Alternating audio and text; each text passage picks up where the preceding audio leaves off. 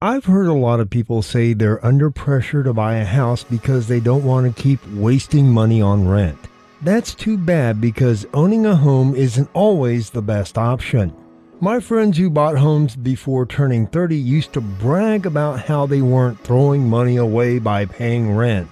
Although I am now a homeowner, I never felt that renting was a waste of money when I was a renter. I gave up my rent check in exchange for a place to live.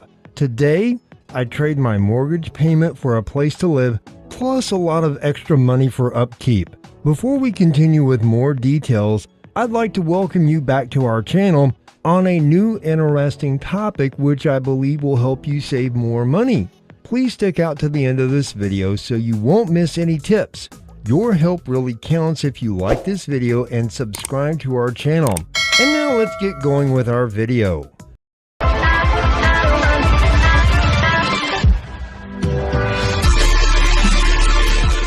Buying a house is not an investment. It's true. Some people make a lot of money by investing in real estate. Some homeowners have even had the good fortune to be able to retire on the resale value of their home 30 years after purchasing it. However, for the vast majority of people, the reality is quite different. You should not think of your primary residence as an investment. Yes, well-kept homes in a desirable location will appreciate in value over time. However, according to this report, the real rate of return on U.S. real estate from 1975 to 2009 was actually below zero, after accounting for inflation, taxes, and mortgage interest rates. Assuming an annual depreciation rate of 2.5%, a property tax rate of 1.5%, a mortgage interest rate of 7%, and a marginal income tax rate of 25% for a typical taxpayer, the adjusted real rate of return on housing actually falls below zero, negative 0.575% to be exact. After taxes and inflation, the stock market, on the other hand, averaged 3.375% annual returns during this time period. Given those figures, why would anyone choose to invest in a home over the stock market? Houses are, in fact, money pits. The next point to consider is the undeniable fact that homes are expensive to maintain.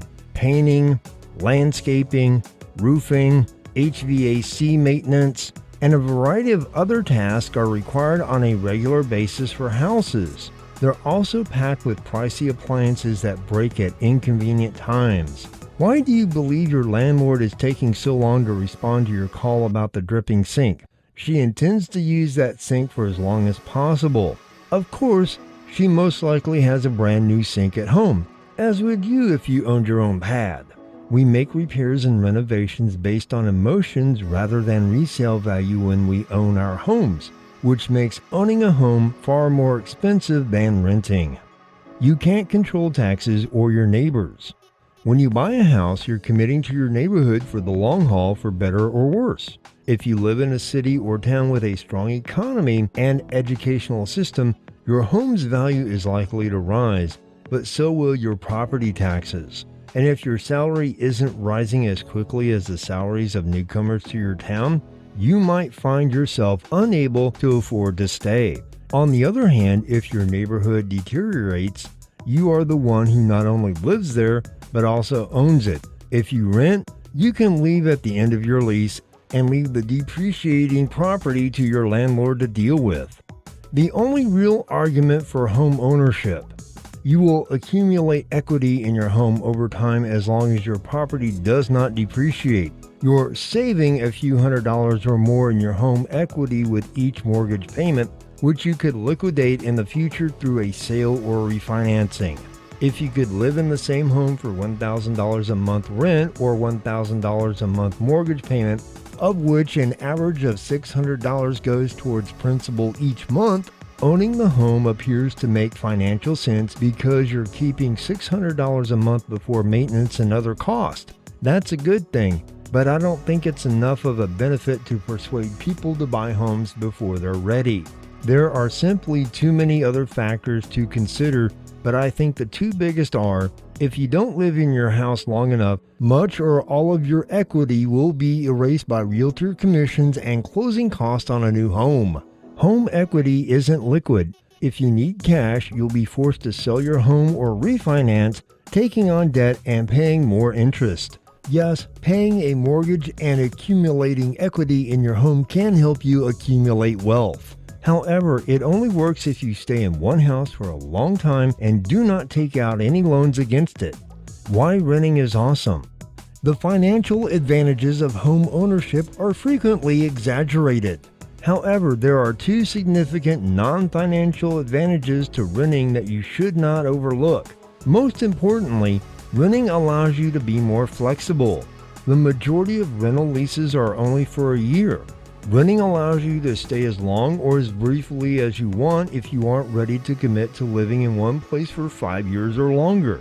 It's difficult to break even on a house flip in 2 years or less, unless you know how to fix up an ugly house on the cheap or you're extremely lucky. It's also worth mentioning that renting frees you from tedious and costly maintenance. I couldn't wait to get a lawnmower and mow our new lawn when we first moved in. After a few years, I hire someone to mow it. And when they call in sick, I'm irritated that I'll have to spend 2 hours of my weekend pacing back and forth around the yard. And we've had to spend thousands on plumbing leaks, basement flooding, worn out appliances, and other expenses since we bought our house.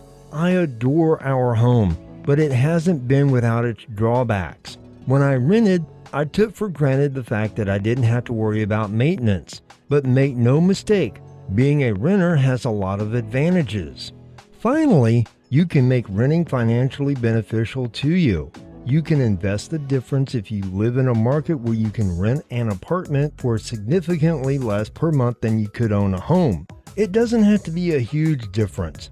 Let's say you rent for $1,000 per month but would have to pay $1,300 a month on a comparable home. You'll have $3,600 to save or invest each year. These savings, unlike home equity, are liquid. They can be used to start an emergency fund, pay off student loans, or put money into a retirement account. None of these things are possible with home equity. Do you want my straightforward, no-nonsense housing financial advice? Consider your monthly housing expenses, whether you pay rent or have a mortgage, to be rent or mortgage payments. Spend only what you need and save or invest the rest. Buy a house if you want the pride and responsibility of being a homeowner. You might even make money on it. However, do not consider your home to be an investment. And if you rent, your rent money isn't squandered. Please don't punish yourself for wasting money. After a long day, having a place to call home is extremely comforting. And now, as we come here, I'd like to thank you for watching this video till the end.